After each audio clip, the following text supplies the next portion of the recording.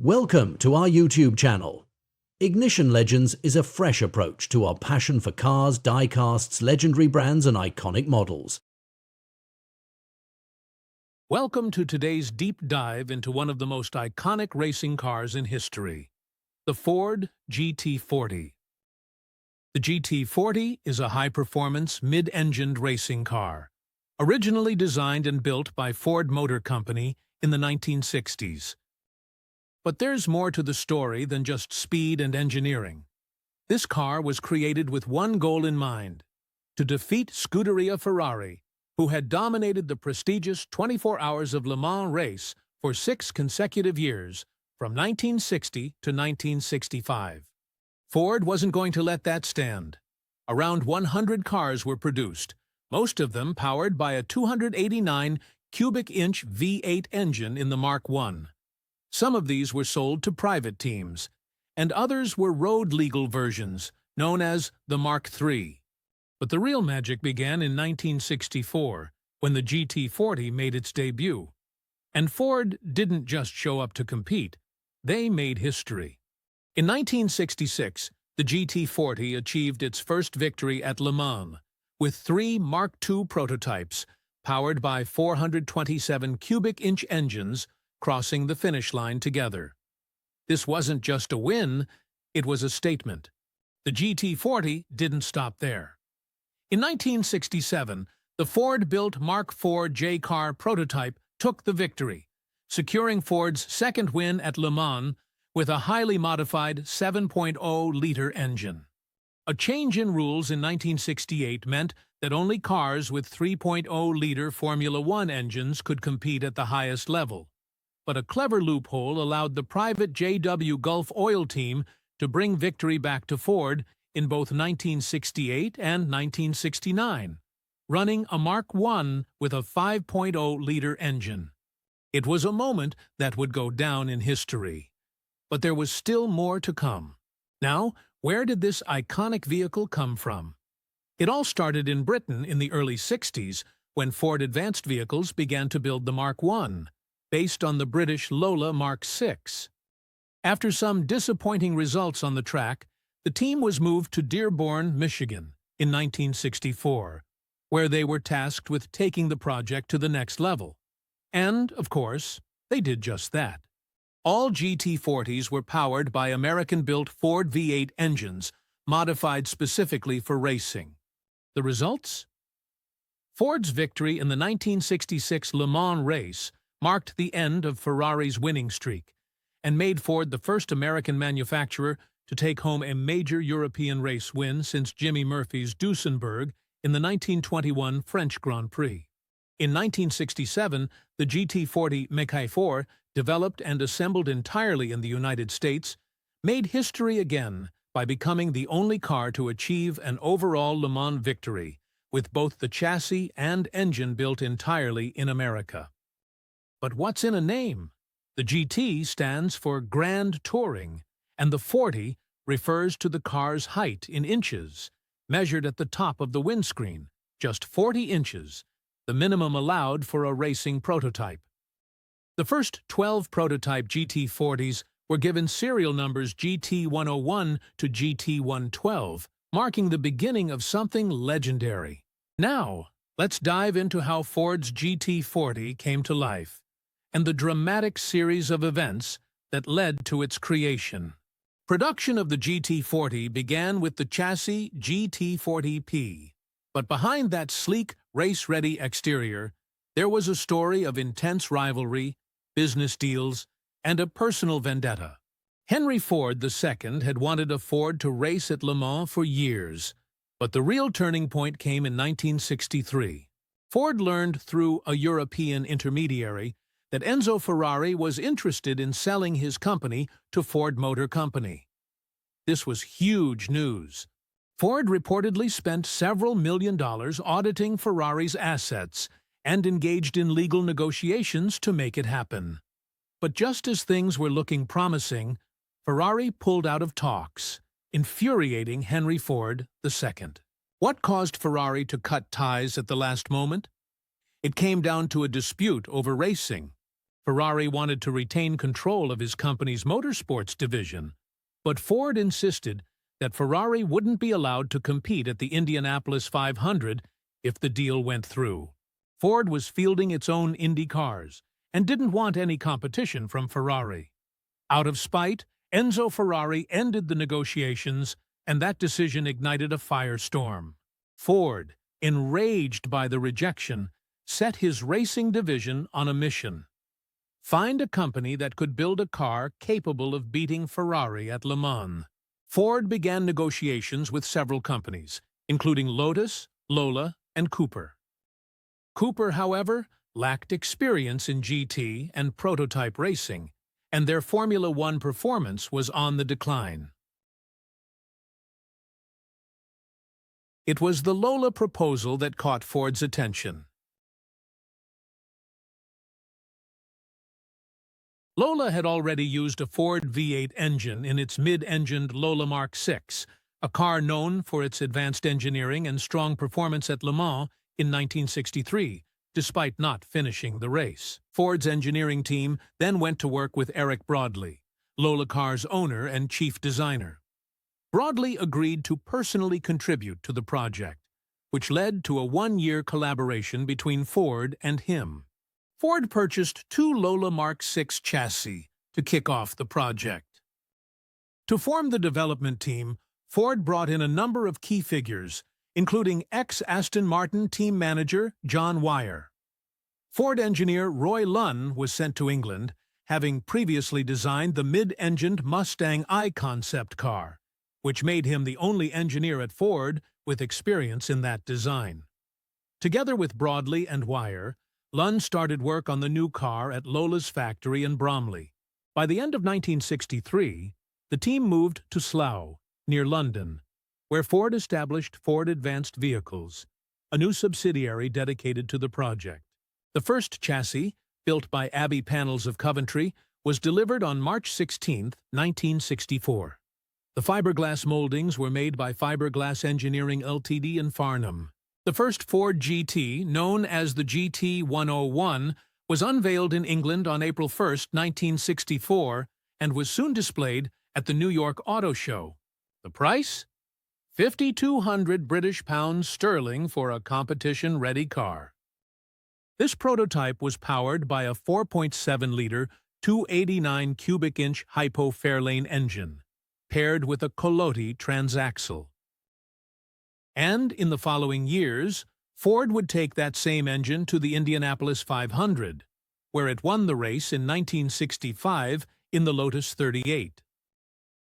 But the GT40 was just beginning its journey. Now, the Ford GT40's journey takes us to the track, where success and tragedy would intertwine, leaving a lasting legacy. The Ford GT40 first raced in May 1964 at the Nürburgring 1,000 kilometers. It showed promise, holding second place early on, but ultimately it retired due to suspension failure.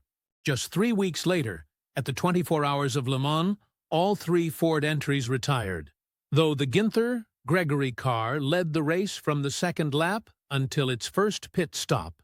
After a disappointing 1964 season, under John Wyer's management, the Ford GT40 program was handed over to Carroll Shelby after the Nassau race in December. Shelby was known for his no-nonsense approach, and when he received the cars, still covered in dirt and damage from Nassau, he was less than impressed. Later, it was revealed that the cars had been packed up immediately after the race, giving Ford's advanced vehicles no chance to clean or organize them. But Shelby didn't waste time. His first victory with the Ford program came in February 1965 at the Daytona 2,000 kilometers race. Ken Miles and Lloyd Ruby took Shelby's entry to victory. Just a month later, Ken Miles and Bruce McLaren finished second overall and first in the prototype class at the Sebring 12-hour race. But as the 1965 season went on, the results started to show. The real breakthrough came in 1966. The 7-liter Mark II GT40s dominated. In February 1966, the GT40 took first, second, and third place at the Daytona 24-hour race. Then, at the 12 Hours of Sebring, the GT40s claimed all three top positions again, with the X1 Roadster taking first, a Mark II in second, and a Mark I in third. But it was at the 1966 Le Mans where the GT40 truly made its mark, achieving a historic 1-2-3 finish. However, this victory came with its share of controversy. The number one car, driven by Ken Miles and Denny Hulme, held a commanding four-lap lead over the number two car, driven by Bruce McLaren and Chris Amon. But when the number one car came in for a routine pit stop to replace the brake rotors, a mistake was made. The wrong rotors were installed, and it was later discovered that the correct rotors had been taken by the number two crew. This led to a dramatic twist in the final hours. With the race nearing its conclusion, Ford had to make a tough decision. They could allow the two leading cars to race for the win and risk a breakdown or crash, or they could orchestrate a finish. In the end, they chose the latter, instructing Shelby to inform McLaren and Miles of the decision just before they got into their cars for the final stint. As the cars approached the finish line, there was another complication. The Automobile Club de l'Ouest, organizers of the race, stated that the starting position would be factored into the finish. This meant that McLaren, who had started slightly behind Miles, would cover more ground over the 24 hours and would be declared the winner in the event of a tie. What happened next is still a matter of speculation. Some say Ken Miles, bitter over the decision, slowed his car just yards from the finish line, allowing McLaren to cross first. Others believe McLaren accelerated just before the line, robbing Miles of the win. In any case, McLaren's car was declared the winner. Tragically, neither driver could elaborate on the event, as both would later die in separate racing accidents. McLaren was killed in 1970, and just 2 months after Le Mans, Ken Miles lost his life in a testing accident at Riverside Raceway. Miles was driving the Ford J car, a GT40 prototype with an experimental aluminum honeycomb chassis and unique aerodynamics. The accident was attributed in part to the car's unproven aerodynamics and the lack of a roll cage. In response to this tragedy, the Ford team redesigned the car, leading to the Mark IV, a new and improved version of the GT40. With a Mark II engine, a new chassis, and a different body, the Mark IV went on to win Le Mans in 1967, further cementing Ford's dominance. However, the high speeds achieved by the Mark IV in 1967 prompted a rule change in 1968, limiting prototype engine sizes to 3.0 liters, in line with Formula One regulations. This effectively removed the V12-powered Ferrari 330p, the Chaparral V8, the Jaguar XJ13 V12, and the Ford Mark IV from competition. By late 1967, Ferrari withdrew from Le Mans in protest of the new rules, marking a new chapter in the GT40 story, one defined not just by its victories, but by the sacrifices made along the way. As the 1960s progressed, the world of endurance racing saw the rise of new technologies and rivalries. The Ford GT40's success, however, was not without its challenges, particularly when it came to engine reliability. In the realm of Formula One, most engines were too unreliable for endurance racing, let alone the grueling 24 hours of Le Mans. Ford's own Cosworth V8, introduced in 1967, had initial success in Formula One, but struggled with vibrations that made it unsuitable for the endurance format. Although Ford Cosworth engines would go on to power several victories in the 1970s and 80s, they were not the answer to Le Mans in the short term. To encourage more entries capable of competing for overall wins, the regulations were adjusted. Existing cars like the GT40 and Lola T70 were allowed, provided at least 50 units had been built, and the engine was under 5.0 liters in capacity. To keep up with the competition, John Wyer's team made significant revisions to the GT40's engine. The 4.7-liter engine was bored out to 4.9 liters, and O-rings were added between the block and head to prevent head gasket failure, a common issue with the original engine.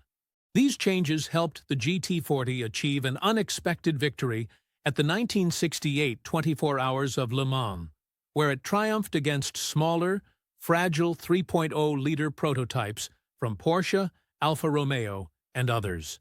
This victory, along with 4 additional wins in the World Championship rounds, gave Ford an unanticipated victory in the 1968 International Championship for makes.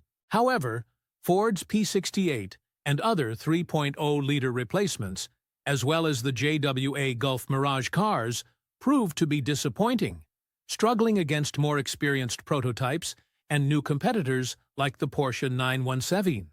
But in 1969, Jackie Ickx and Jackie Oliver would manage to pull off another legendary victory for Ford at Le Mans. Their win, achieved in the same GT40 MKI chassis that had won in 1968, was due to a combination of relaxed driving, heroic efforts from Ickx, and a bit of luck, as the Porsche 908 suffered from brake wear in the final laps. The MKI, which had started as the original Ford GT40 prototype, saw several developments over the years. Early prototypes were powered by 4.2-liter V8 engines, with the production models using a 289 CEU in, or 4.7-liter, engine similar to the one in the Ford Mustang. The car's development also included lightweight versions, such as the 2 cars built by Alan Mann Racing in 1966, with aluminum bodies and weight-saving modifications. The MKY enjoyed a moderate degree of success early on, especially in 1965, under Carroll Shelby's leadership.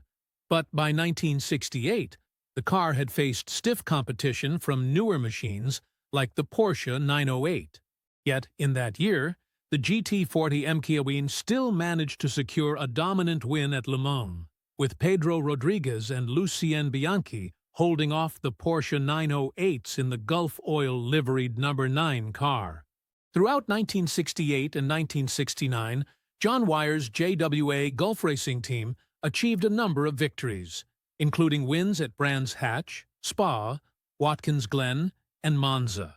The GT40 MKI also made a significant mark on the production side, with 31 road versions being built at the Slough factory, which differed little from the race cars except for minor luxuries like carpet, a cigarette lighter, and wire wheels.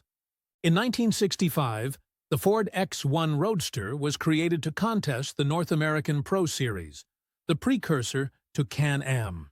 This unique one-off car, designed by Bruce McLaren's team, featured an aluminum chassis and was originally powered by a 289 cubic inch, or 4.7-liter, engine. After modifications, it raced with a 427 cubic inch, or 7.0-liter engine, and went on to win the 12 Hours of Sebring in 1966. Unfortunately, the X1's career was short-lived, as it was later ordered to be destroyed by U.S. Customs due to its status as a foreign-built car subject to high tariffs. The Ford GT40 MK2, equipped with the powerful 427 cubic inch big block V8 engine, dominated Le Mans in 1966, finishing in a 1-2-3 sweep, beating Ferrari and leaving European audiences in awe. The MK2 had a new Car-Craft-built 4-speed gearbox and a modified suspension to handle the extra power. Despite the success of the MK2, it became obsolete after the FIA's rule change in 1968, which banned unlimited capacity engines. With the new regulations in place, the GT40 MKY became the key contender in the ensuing years, and Ford's dominance continued in endurance racing, proving that even with its smaller engine, the GT40 could still hold its ground against the best of the competition.